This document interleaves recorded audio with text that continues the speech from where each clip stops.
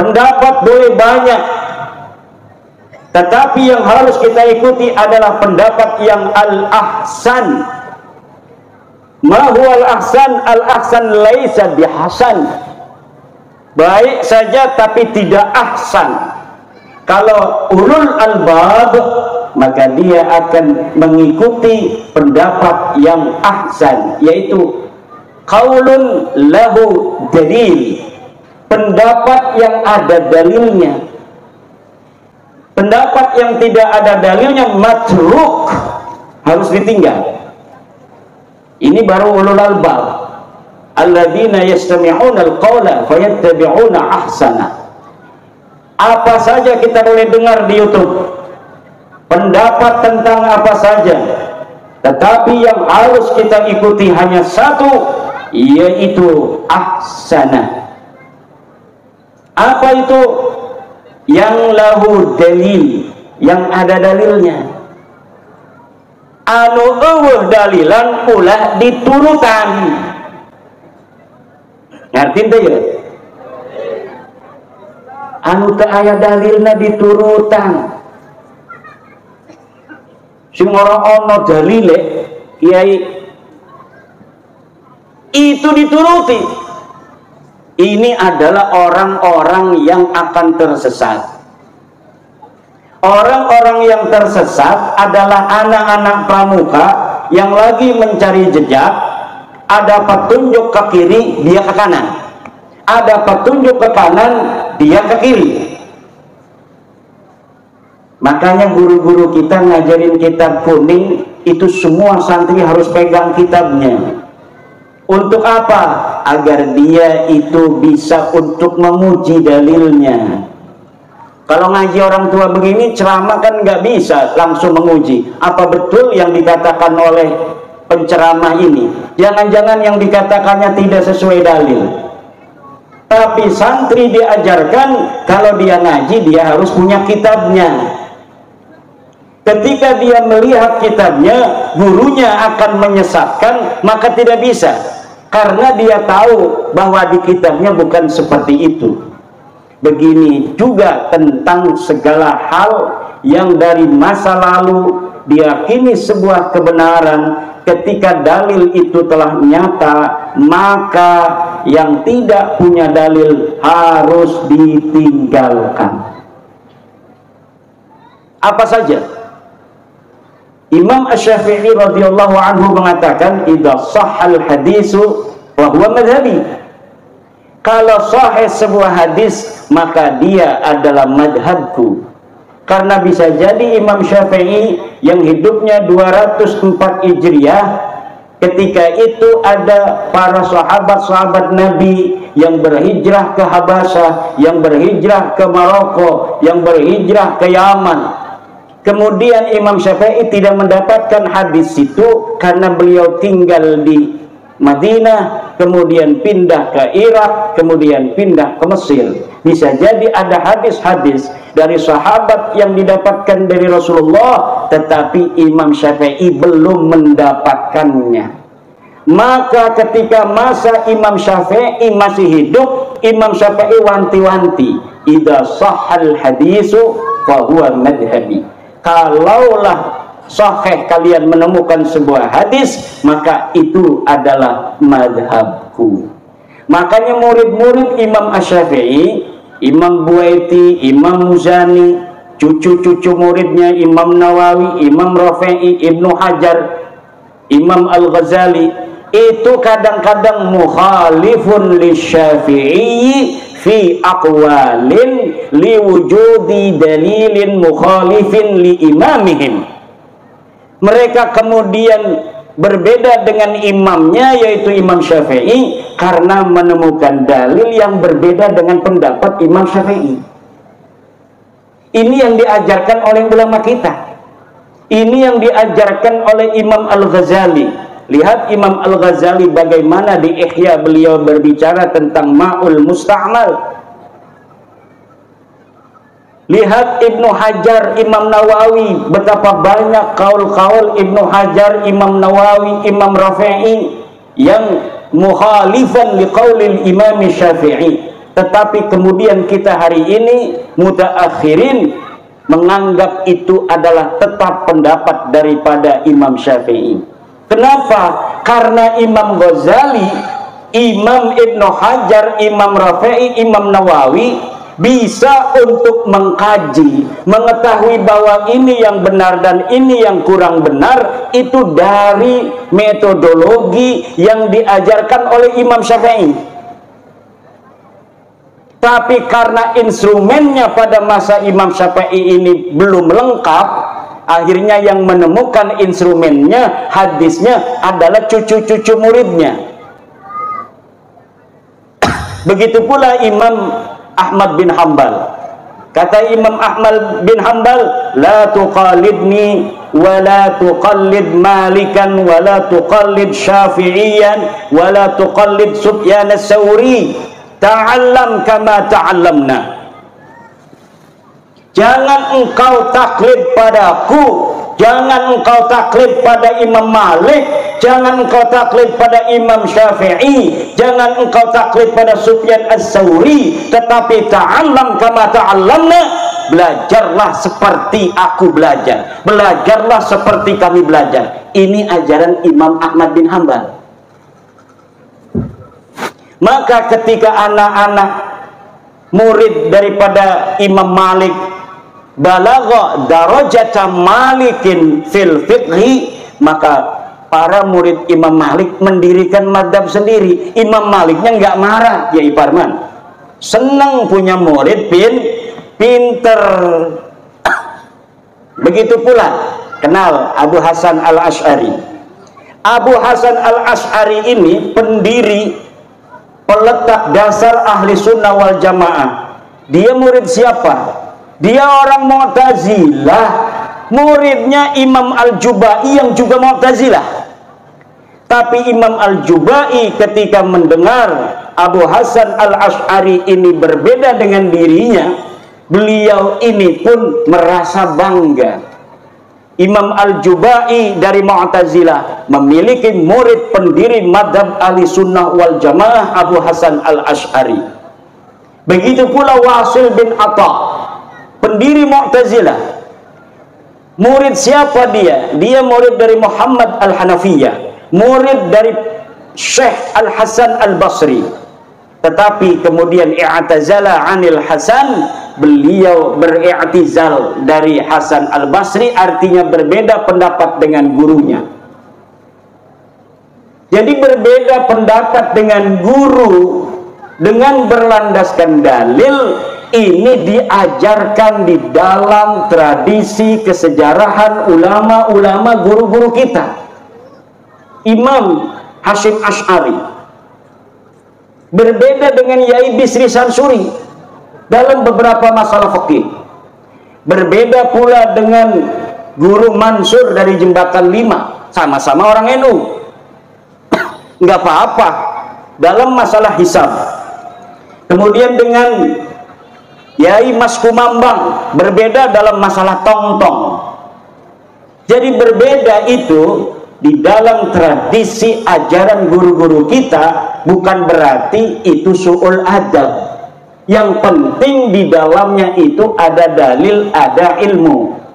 Maka saya mengarang sebuah syair sholawat tawasul untuk Wali Songo. Di bait yang terakhir saya katakan, ya Rabbi bil khalil iftah kulla talibina waj'alhumu khairan minna wa khairal umami. Ya Allah, bil khalili, dengan barokah Syekh Khalil Bangkalan, iftah kulla talibina, buka hati santri-santri kami, waj'alhumu khairan minna, dan jadikan mereka lebih baik dari kami, wa khairal umami, dan sebaik-baiknya manusia.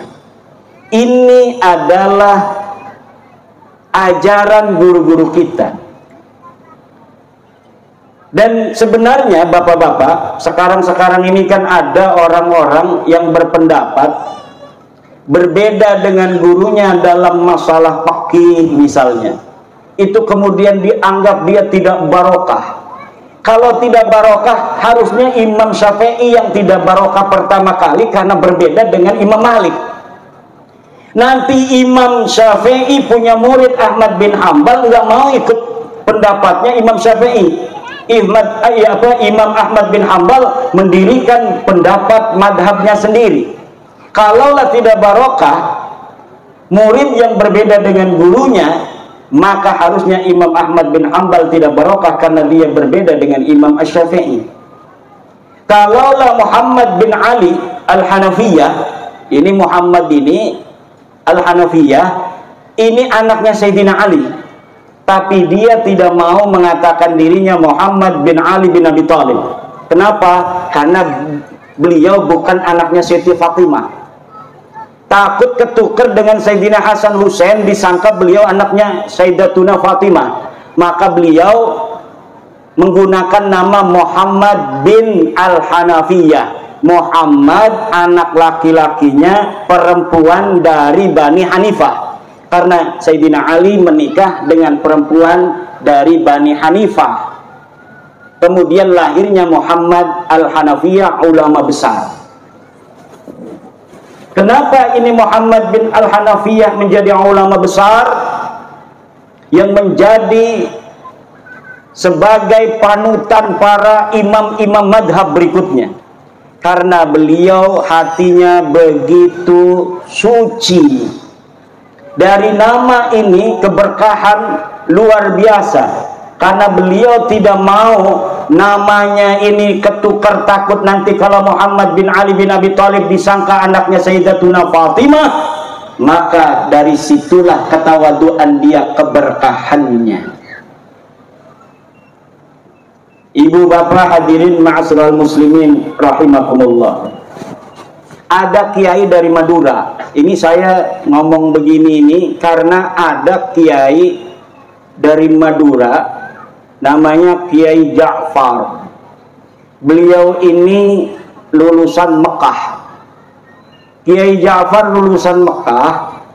Kemudian beliau membaca kitab-kitab saya tentang nasabah Alawi, Kiai Haris. Dibaca oleh Kiai Ja'far, akhirnya Kiai Ja'far berkesimpulan yang sama, bahwa Ba'lawi ini bukan cucu Nabi. Kemudian dilaporkan ke gurunya. Dilaporkan ke gurunya ke Mekah. Setelah dilaporkan ke gurunya ke Mekah, gurunya bikin voice note. Setelah bikin voice note, beliau bikin lagi voice note, bahwa nanti akan saya buktikan sendiri bahwa betul-betul Ba'lawi ini bukan cucu Nabi. Ada lagi Yai Nur di Jawa Tengah, kiai yang murid-muridnya mendukung saya kemudian dimarahin. Murid-muridnya itu ketika membaca kitab, bahwa betul dalam kitab Tahdhibul Ansab 345 Hijriah tidak ada Ba'lawi disebut cucu Nabi. Betul tahun 370 di dalam kitab Muntaqilatut Talibiyah tidak ada Ba'lawi disebut cucu Nabi. Betul di dalam kitab Al-Majdi 490 Hijriah tidak ada Ba'lawi disebut cucu Nabi. Betul di dalam kitab Asy-Syajarah Al-Mubarakah 597 Hijriah bahwa Ba'lawi bukan cucu Nabi. Betul dalam kitab Al-Fakhri 614 Hijriah bahwa Ba'lawi bukan cucu Nabi. Betul dalam kitab Al-Asili 700 Hijriah bahwa Ba'lawi bukan cucu Nabi. Betul dalam kitab As-Sabatul Musan 787 Hijriah bahwa Ba'lawi bukan cucu Nabi. Betul dalam kitab Umdatut Talib Al-Kubra karya Ibnu Inabah 828 Hijriah bahwa Ba'lawi bukan cucu Nabi.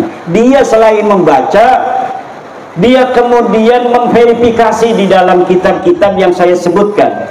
Akhirnya sekarang dia meneliti sendiri, dan menurut Kiai Ja'far bahwa Ba'lawi ini memang bukan keturunan Nabi, dan sebenarnya dia keturunan orang Syiah Ismailiyah. Ini kata Kiai Ja'far.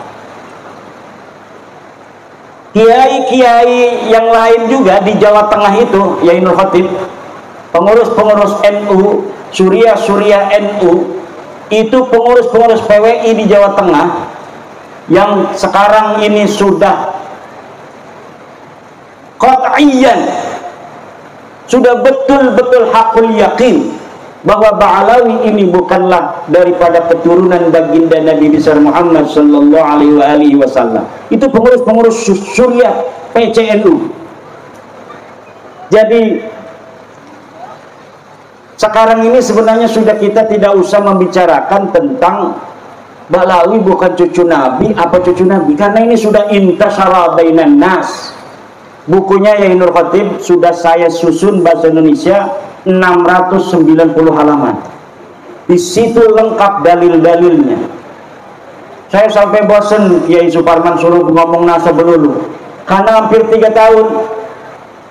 Kenapa? Sebenarnya masyarakat ini sudah pada yakin Ba'alawi ini bukan cucu Nabi. Sudah pada yakin semua. Kok masih ada yang bela? Nah, yang bela itu tinggal nunggu kecewa sedikit aja motornya dipinjam kemudian dijual, baru dia yakin ini betul kamu bukan cucu Nabi. Kalau misalnya dia minjem motornya nggak dikembalin. Kemarin ada juga itu di mana itu, di Madura, Habib nyolong motor, pakai sarung lagi nyolong motornya.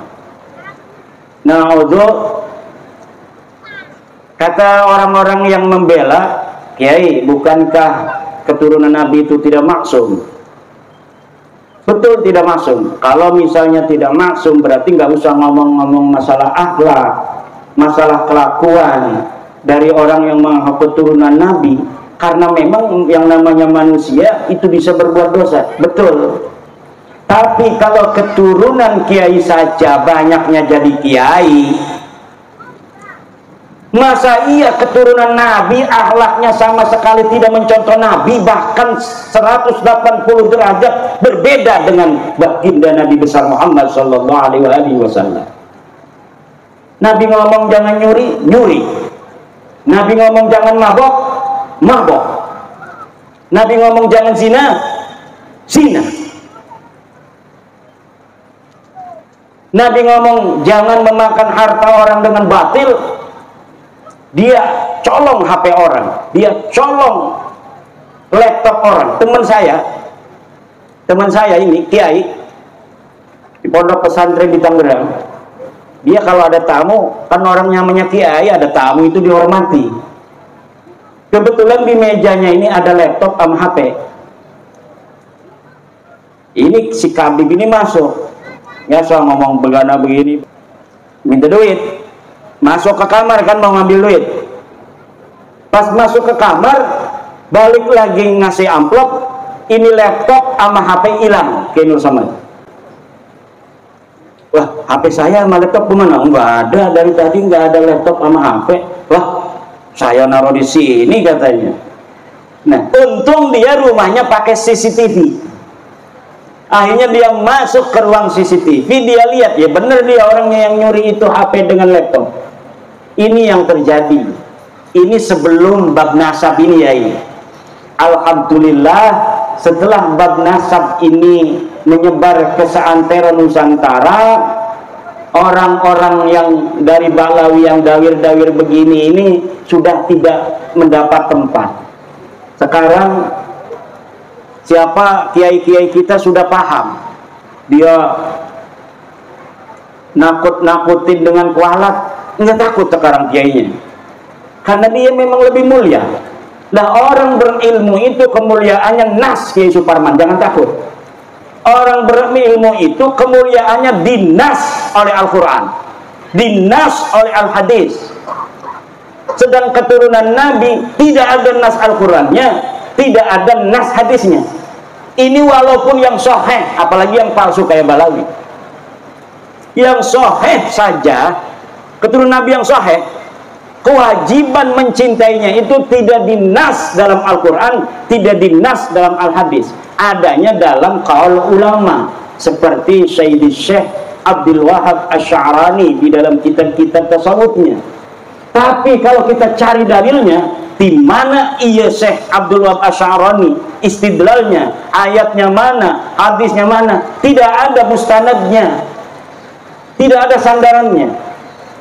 Tapi kalau ulama, kemuliaan ulama dinas oleh Al-Quran. Yarfa'illahu alladhina amanu minkum walladhina utul ilma darajat. Syahidallahu annahu la ilaha illa huwa wal malaikatu wa ulul ilmi. Itu dinas oleh Al-Quran, kemuliaan daripada orang berilmu. Maka orang berilmu takut kewalat sama kabin, ilmunya, kitabnya diborongin aja ke tukang loak.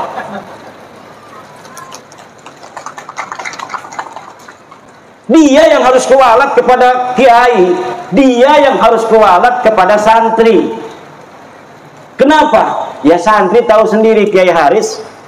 Walaupun Kiai Haris tadi cerita diserneni melulu sama kiai, lah memang kiai begitu. Kiai itu memang begitu. Kadang marah melulu kiai itu. Saya punya guru itu tukang marah banyak. Yang tidak pernah marah juga banyak. Saya mondok di banyak pondok. Ini Kiai Mustafa ini teman satu pondok di Pondok Pesantren At-Thahiriyah. Kiainya marah melulu. Kiainya marah melulu. Mondoknya sama Abuya Dimyati dengan Abuya Suhaimi dari Kronjo, Tangerang. Tiga-tiganya tukang marah semua. Murid daripada Syekh Thohir Pelamunan. Jadi Syekh Thohir Pelamunan punya murid Abuya Dimyati, Abuya Hasuri, Abuya Suhaimi. Bikin pondok tiga-tiganya itu kalau sudah marah ya begitu. Tapi dimarahin kiai barokah. Alhamdulillah. Saya pernah di setan-setan di babi-babi itu di pondok sama Abayai Hasuri. Barokah. Setan barokah. Alhamdulillah. Yang salah kita orang dimarahin itu karena beliau ingin kita belajar yang benar. Ingin kita khairan minhu, lebih baik dari beliau. Setiap guru menginginkan santrinya lebih baik daripada gurunya. Itu ciri-ciri daripada keikhlasan. Maka saya aneh itu kepada kiai yang ketika santrinya membaca kitab-kitab nasab, kemudian menyimpulkan Bahlawi bukan cucu Nabi, dia malah marah. Katanya siapa saja yang membatalkan Bahlawi ikut kepada Imaduddin Usman dari Banten, maka tidak barokah. Waduh, ini apa namanya, ini bukan ajaran dari para ulama. Ajaran ulama itu ajaran ulul albab. Ulul albab itu Yai Haris. Kalau Yai Haris aman, kiainya sama, kiainya luar biasa sampai datang kemari. Ulul albab itu alladzina yastami'una al-qaula fayattabi'una ahsana. Orang-orang yang mendengarkan pendapat boleh banyak, tapi yang diikuti hanya yang terbaik. Apa yang terbaik? Lahu dalil, pendapat yang ada dalilnya.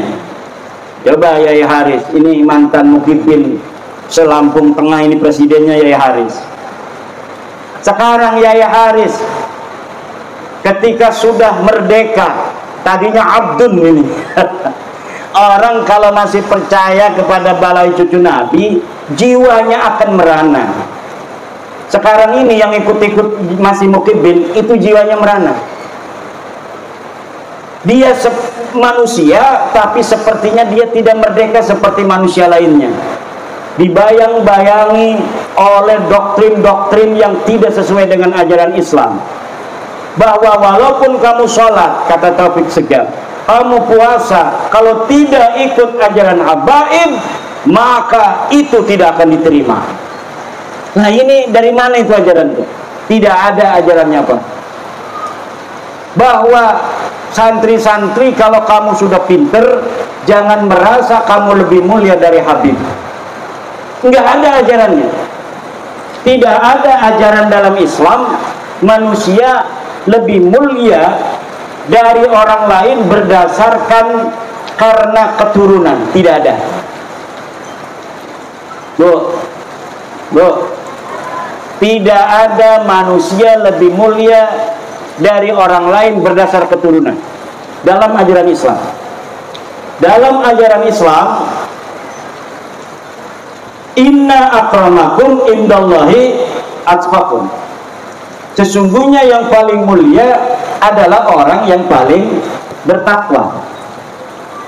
Nih, dari kiai-kiai ini sholat rawatibnya kan ada yang qabliyah asar 2 rakaat, ada yang 4. Nah, yang 4 ini yang akram karena dia lebih banyak pekerjaannya.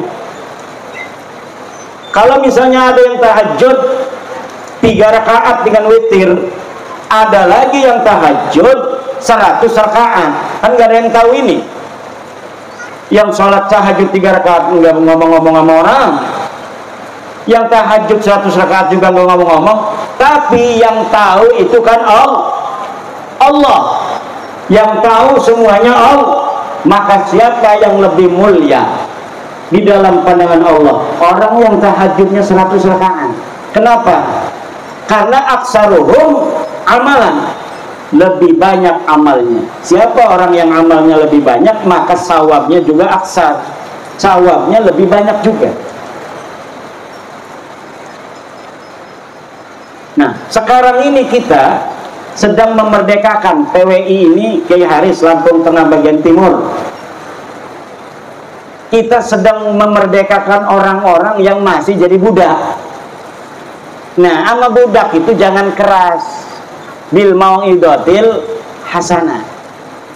Kalau ada yang mau berdebat, wajadilhum billati hiya ahsan.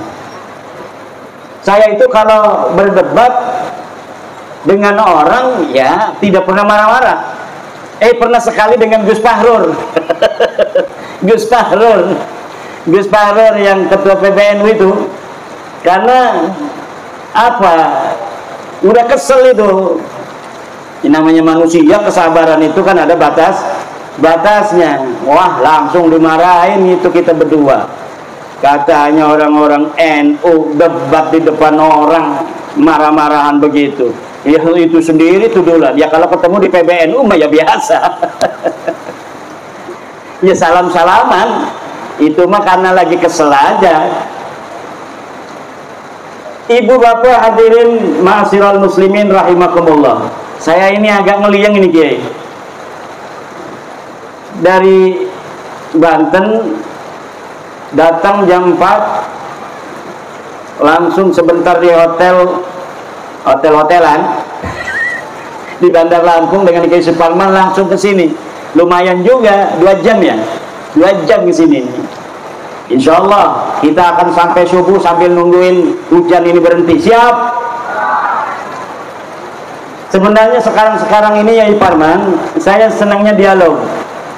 Nah kalau dialog kan siapa tahu ada Habib yang datang, dia ingin apa juga mengetahui atau ingin bertanya tentang dalil-dalilnya.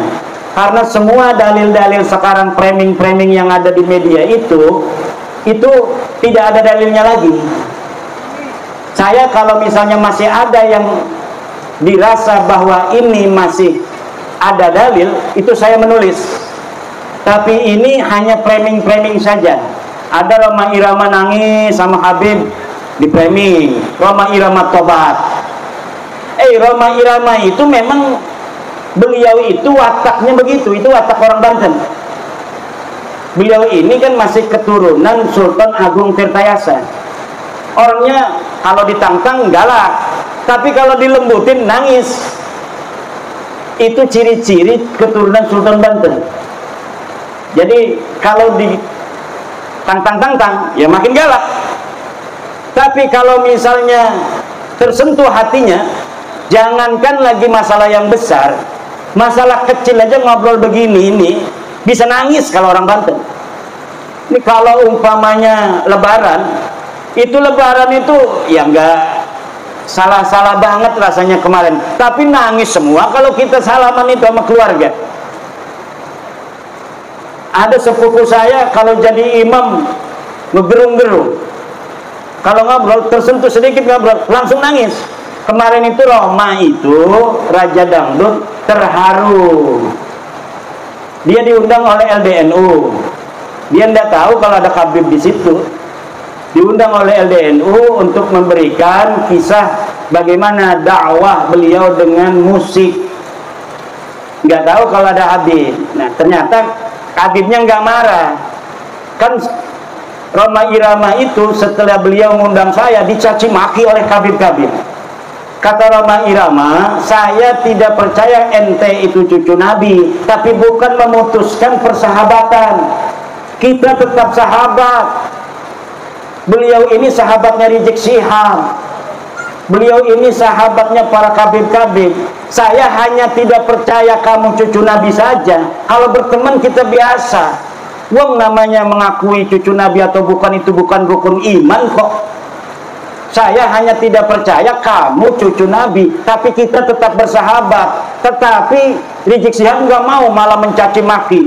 Bahar Smith malah mencaci maki. Nah, ketika ada Habib itu di PBNU yang hadir, baik sekali adabnya, terharu itu. Bang Haji Roma Irama terharu nangis karena beliau, saya kan pernah beberapa kali ngobrol, ya kadang-kadang ngobrol sama saya nangis juga, ngambil apa namanya tisu. Ya begitu orang yang berhati lembut. Orang berhati lembut itu gampang tersentuh hatinya. Makanya Bang Haji Roma Irama itu maunya begitu. Saya batalkan nasab ente, tapi kita bersahabat. Yang biasanya minjemin marawis, ya kita minjeman lagi. Yang biasanya kita ngobrol, kita tetap ngobrol. Yang biasanya kita ini adalah kerja bareng, kita kerja bareng. Yang biasanya bisnis bareng, kita bisnis bareng. Yang udah kagol punya mantu Balawi, nggak apa-apa, jangan suruh cerai. Kita hanya tidak percaya mereka cucu Nabi. Bukan berarti kita memutuskan segalanya. Itu memang yang diungkapkan oleh Bang Haji Roma Irama. Cuma di framing. Coba lihat itu framingnya. Bang Haji bertobat. Dengerin apa yang diomongin Bang Haji. Apa benar dia ngomong bahwa Balawi sekarang cucu Nabi? Tidak ada. Itu hanya framing-framing. Karena Bang Haji Roma Irama pengennya begitu. Saya batalin itu nasab ente, bukan berarti kita bermusuhan, karena memang tidak ada dalilnya. Ente ngaku tahun 895 Hijriah, sebelumnya tidak ada. Sedangkan orang yang diaku itu hidupnya tahun 345 Hijriah. Nah, di dalam tahun 345 Hijriah sudah ada kitab nasab, keturunan Nabi dicatat semua, tapi ente nggak ada. Katanya ente turunan Ubed. Ubed nggak dicatat sebagai keturunan Nabi. 550 tahun. Di dalam kitab Silsilatul Alawiyah nggak dicatat. Di dalam kitab Tahdhibul Ansab tidak dicatat. Muntaqilatut Talibiyah tidak dicatat. Al-Majdi tidak dicatat. Itu semua di abad 5. Masuk ke abad 6 ada kitab karya Imam Al-Fahru Raji, Kiai Haris. Imam Al-Fahru Raji itu seorang ahli tafsir, ahli usul fikih. Kalau ada lafaz al-imam dimutlakkan dalam usul fikih, maka al-muradu al-imam ar-Razi. Nah, beliau menulis kitab nasab. Beliau menulis kitab nasab namanya Asy-Syajarah Al-Mubarakah. Beliau menulis Ahmad bin Isa punya anaknya cuma 3, Muhammad, Ali, dan Husain. Tidak ada anak yang bernama Ubed. Itu tahun 597 Hijriah. Kemudian muridnya, penulis kitab Al-Fahri, itu wafat 614 Hijriah. Menulis juga tidak ada nama Ubed sebagai anak Ahmad bin Isa. Kemudian kitab Al-Asili, kemudian kitab Asabatul Musal, kemudian kitab Umdatul Talib Al-Kubra. Semuanya tidak ada yang nulis bahwa Habib ini putune Kanjeng Nabi. Tidak ada. Lah lamun wis mengkono niku premen kita arep dipaksa-paksa ngakui, kok kita wis ngedeleng kita belaka. Premen maning ukur urusanane. Apa kita harus berbohong gitu demi kamu? Bahwa kamu cucu Nabi, walaupun kita nggak percaya kan nggak bisa. Jadi udah, kata saya, ini udah selesai. Bahwa ente bukan cucu Nabi. Tes DNA ini melenceng di Haris. wong India, wong Kaukasus, bukan orang Arab, nggak ada keturunan Arab sama sekali jalur laki-lakinya itu, nggak ada. Maka sudah beres saja biasa. Ayo kita bareng-bareng lagi. Yang biasanya datang tuh ke rumah saya jual minyak wangi, silakan. Saya bayarin 5.000. Yung minyak wangi 5.000 kok, pengennya 500.000. Udah, ayo dagang. Kalau misalnya kita suka kepada barangnya, kita beli. Enggak, gara-gara ente Balawi kita suka barangnya, enggak beli, enggak bakal. Ayo kayak orang-orang biasa lagi.